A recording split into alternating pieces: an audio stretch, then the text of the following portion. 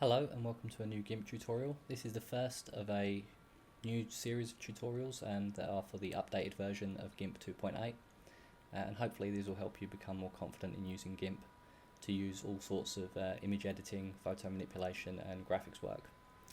In this video we're just going to be looking at the selection tools. I want to cover basically what the selection tools are for, how to select something with each tool and how each tool works, and a few tricks you can use for refining your selections. Now the first thing I've done here, I've got this GIMP open up in its standard old view with the 3 different docks, but I think the most popular view that people will be using since it's a new feature will be the single window mode. So I'll just show you how to move over to that, and that's probably what I'll use from now on. So from this view we just go to Windows and single window mode,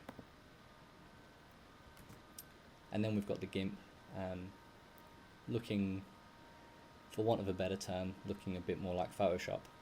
So what I'm going to do first now is just open up an image to show you some of the selection tools today. So I'm just going to go to File and Open, and here we've got an image that we will use for some selection tutorials today. Now the selection tools can be used for 3 main things, and there are probably a few other things that I haven't thought of. So I'll just use the very basic rectangle one to explain what we can use our selection tools for. The way the rectangle select tool works is simply by giving you a rectangle that you can draw. I should point out that this currently has diagonal lines set as the guides, which I'll talk to you about a little bit later. I'll just switch the guides off for the moment. Now the 3 things that we tend to use the selection tool for is for constraining the area that we're editing or painting.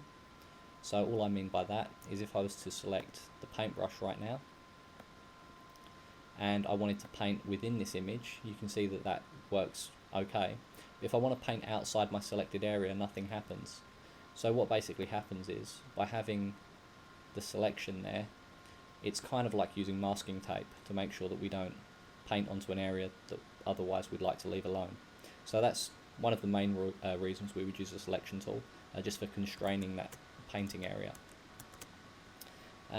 Another thing that we might use it for would be for applying effects and filters to a specific region of the image. So if I just pick any filter at random, we'll just go with blur, motion blur, and I'll just make this nice and big so we can see the difference it makes. Here you can see that that motion blur has only been applied to the area that I'd selected. So I'll just undo that. And the other thing that we use our selection tools for, and this is probably one of the most popular uses for it, is for cutting out elements of the image that we've got so that they can be transposed onto new layers or they can be used in new images. So basically the way we would use that is you select the area that you want to work with. You can do something simple like Control X, and that will cut the area, and then you can Control V to paste it back on. And then you'll see over here in our layers window that I'll talk about in another tutorial, we now have a floating selection. So if I right click that and then select to new layer, what that's done now is given us 2 layers, one with the cutout of the flower and one with the background. And what that basically means is if I use my move tool, I can now move the flower around as though it's a collage that's not part of that image anymore. So those are the 3 basic uses of the selection tools. I'll just reset this. Okay, so what selection tools do we have? Well, firstly, you can find all of the selection tools over here on the left hand side in the toolbox, but you can also find all of the selection tools under tools and then fairly obviously under selection tools. So when I talk about the selection tools, you can see that we've got these 7 here, and these are the ones I mean. Now you'll see some old tutorials for the GIMP where a lot of people are using the paths tool for a selection tool, and you can use the paths tool or the pen tool to create selections, but with the other 7 tools you'll actually get a much better job. So we'll look at the paths tool in a later tutorial and we won't use it for selections. So the selection tools that we have here are these 7 here: the rectangle, the ellipse, the free select, foreground select, fuzzy select, color select and intelligent scissors. And I'll just quickly point out as well, these letters over here on the right hand side, or this key combination that we've got here, that tells us the shortcut key that you can use within GIMP. So you don't actually have to click on anything. Once you get a bit quicker at it, you can just start pressing R or E or F depending on which of these you want to use. So the first tool that we'll look at is the rectangle select tool, and as I said before, this is very simple to use. You can just click on that and basically just draw squares or rectangles. So there's nothing particularly fancy about it, but we can do a few things to refine this tool to get a slightly better effect from it. So one of the things that you would have seen a moment ago was that you can actually add guides to it, so that if you wanted to crop a photo that you've taken and you wanted to crop it with the rule of thirds in mind, if you're a photographer you'll know what that means, there's actually a guide for the rule of thirds. So if I then wanted to draw over that, it will overlay a grid that shows us those rule of thirds lines. And there's other ones as well, like the golden ratio and all sorts of things like that. The diagonal lines was the one that I had switched on earlier. So that's just if you want something to help you with your cropping and that kind of thing. So that can be quite helpful. Another very helpful thing is the aspect ratio that we can fix it to. So for example, if I wanted to take this image and I knew that I wanted to crop it so that it fitted a 10 by 6 photo frame, 10 inches by 6 inches, then I can set the aspect ratio to 10 by 6, and then if I constrain this to fixed, it will only let me draw a rectangle that is exactly 10 by 6 with its ratio. Now you need to be careful that you've got the right pixel count to still have an image worth printing, but that's how you can actually constrain it to make sure it will actually print, so you don't get any white borders or something if you take it to the Photoshop. So that's a pretty handy little tip. There's a few other things as well which kind of make sense. The rounded corners is quite nice, and basically we can just turn this up, and as you would expect, the higher this goes, the more we get this kind of rounded corner. So if you wanted to make something like a website button or that kind of thing, the rounded corners is fairly straightforward to use. And then feathered edges just gives us a softer edge. So rather than having a hard edge, I'll just show what that means there. So if I then paint over this, that actually has a relatively soft edge at the moment. So what I mean by soft edge is it's not completely straight here. It's actually there's a little bit of colour bleeding through where I've coloured that in. So that's because the feathered edges were switched on when I actually drew that. So now that this has no feathered edges, if I draw a new one, that should give us a nice sharp one. So you can see the difference between those two there. So we've got the very flat edges versus the kind of slightly fuzzier edge, and that just comes through the feathering of the edges earlier. So I'll just reset that for a bit. So that's basically everything we can do with the rectangle select tool. The ellipse select tool is very similar, only as you can imagine that helps us draw ellipses. Again, we've got very similar options here. There's guides and aspect ratio and feathering and all of the things that we had with the previous one. But these are fairly basic shapes, obviously, that we can select. Gimp starts to get a little bit more useful when we look at this one. So this is the free select tool, and what this will let us do is either do some individual clicks until we join up again, and then it will create a selection for us, or we can hold down the mouse button as we draw around it, and that will just let us select something by freehand. Now if you're using a tablet, then you'll have a bit more control over that. If you're just using a mouse or a touchpad like I am, then obviously you lose some of the control that you can get over that. But this is a fairly quick thing. If you just want to cut something out, very simple. The freehand select tool's very easy to use. You'll notice with the freehand select tool there's not as many tool options. It's just anti-aliasing and feathering of the edges. The next promotion, if you like, for the select tools is this fuzzy select tool. Now what this will do is it will choose what it thinks is related to the area that you've clicked on. So if I click on this yellow part of the flower here, you can see that the select tool has selected other parts of the yellow flower that are of a similar colour and within a similar shape. And because Gimp obviously can't tell what I'm looking at, it thinks this is all the same sort of thing. Similarly, if I was to click one of these leaves down here, it will select a part of the leaf, or if I choose one of these paving slabs in the back, it chooses what it thinks is everything that I would want selected within that. Now, it's making its own judgment as to where that ends, and I can toggle that a little bit here with the threshold. So if I turn the threshold up higher, then if I click up here again, you'll see it actually takes a lot more of the flower this time, but it's started to bleed out into the outsides of the image. So this can be a bit better if there's a particular colour or a particular area, there's not much detail in the image that you want to select. This one does a very quick job. A nice little trick for this one as well, if I just turn the threshold back down to 15. A nice trick you can use with this is if you click an area and then you want to add more to it, you can hold down the shift button and you'll see that above our fuzzy wand or our fuzzy select tool, there's now a plus sign, and what that means is I can add to the selection. So if I just continue to hold down the plus sign and then click around, it will let me select more and more of the image without going over the edges. So I can get this brown area in the middle, and eventually, if I'm detailed enough, I can get the whole flower just by filling in all of the little gaps. But obviously this is still quite a tedious way of selecting the whole flower as well. But that's basically what we can do with the fuzzy select tool. Another tool that's similar to the fuzzy select tool is the select by color tool. Now, as you can imagine, what that means is any color that we click on, it will select everything else of a similar color. So if I click the yellow, it will select everything that is within the threshold of that yellow. So again, we can toggle the threshold so we can make it get a wider range of yellows. So if I set up to about 30, you can see that selects more. If I go too high, then it will interpret too much as that kind of yellow, and you see it starts to notice the yellows that make up some of these greens, and it allows that in as well. So we need to be careful with where we set our threshold for that.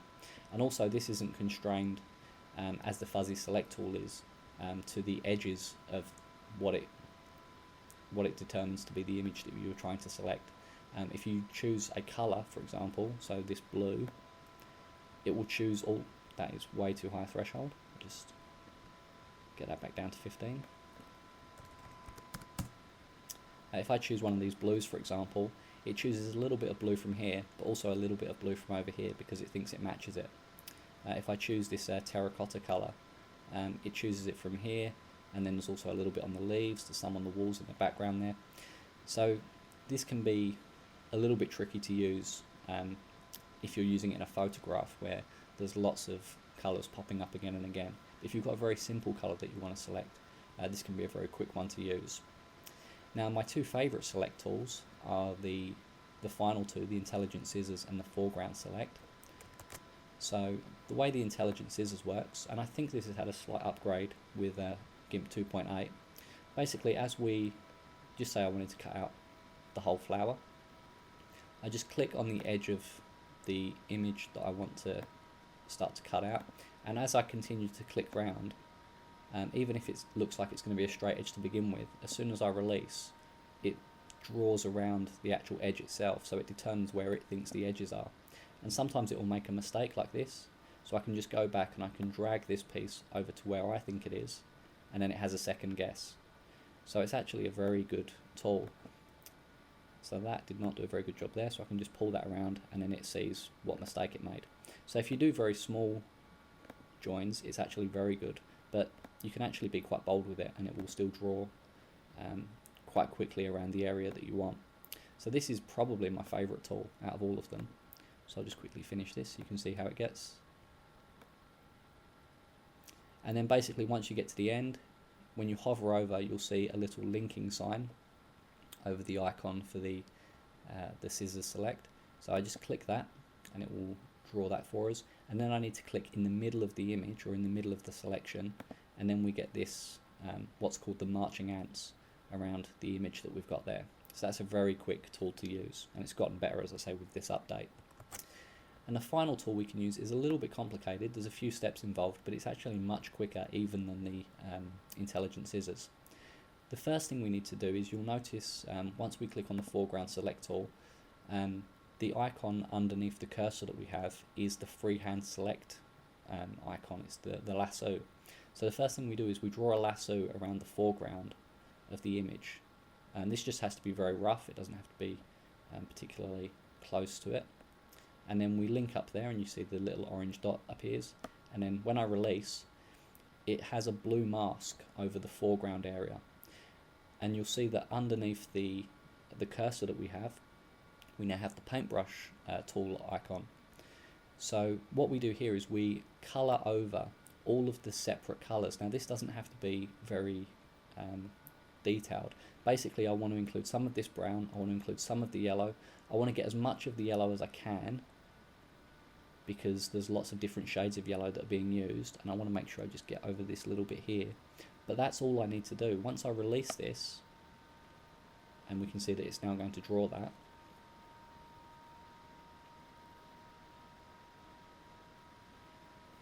it's made most of that selection for me already.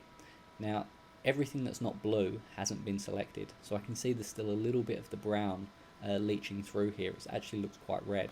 So if I just quickly go over that and then release it again,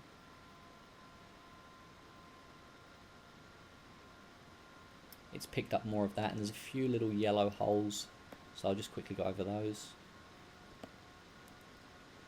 and you get the idea. This will fill in all of the little areas that it's missed out, but it's actually a very quick tool to use. The one thing we need to be careful of is that we don't go outside, because once we go outside it reimagines where it thinks all of the foreground is. But once we've got our selection as good as we want, we just press the enter key and that's got our selection for us. So those are the 7 main tools that we can use. There's a few things we can do to refine it as well. So as you can see here, there's a few little holes in my selection that didn't quite get right. So one tool I like to use is the quick mask, which you can find down here in the left hand corner. And if I just click this little square, we get a red mask over everything in the background. And what I can do is, if I use my paintbrush tool and set it to white, everything I paint white will no longer be selected. So because there was just a few little bits in the middle there, I'm just going to quickly paint around there. And then when I turn the quick mask off again, you can see that all of the ones in the middle that I went over have gone away. There's still a little bit flashing here, so I'm just going to turn that back on again. Quick paint over that.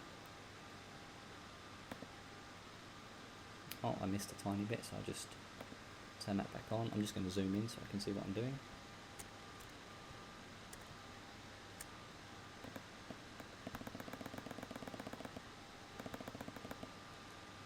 And then zoom out.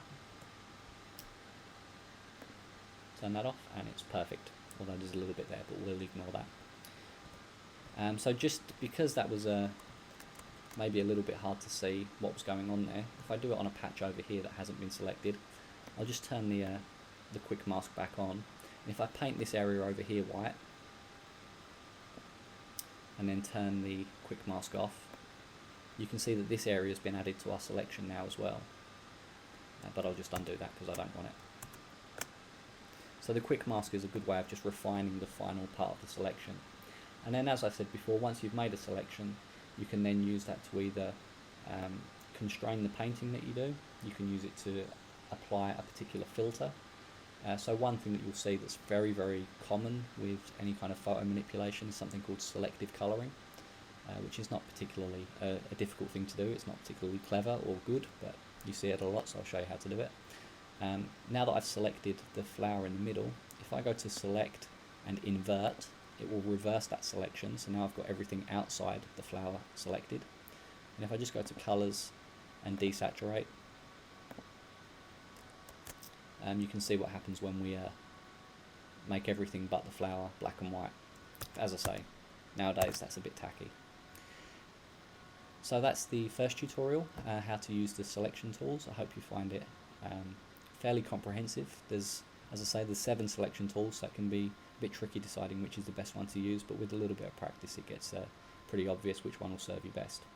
If you've got any questions, please pop them in the comments and I'll try to get back to you as soon as I can. Thanks for watching.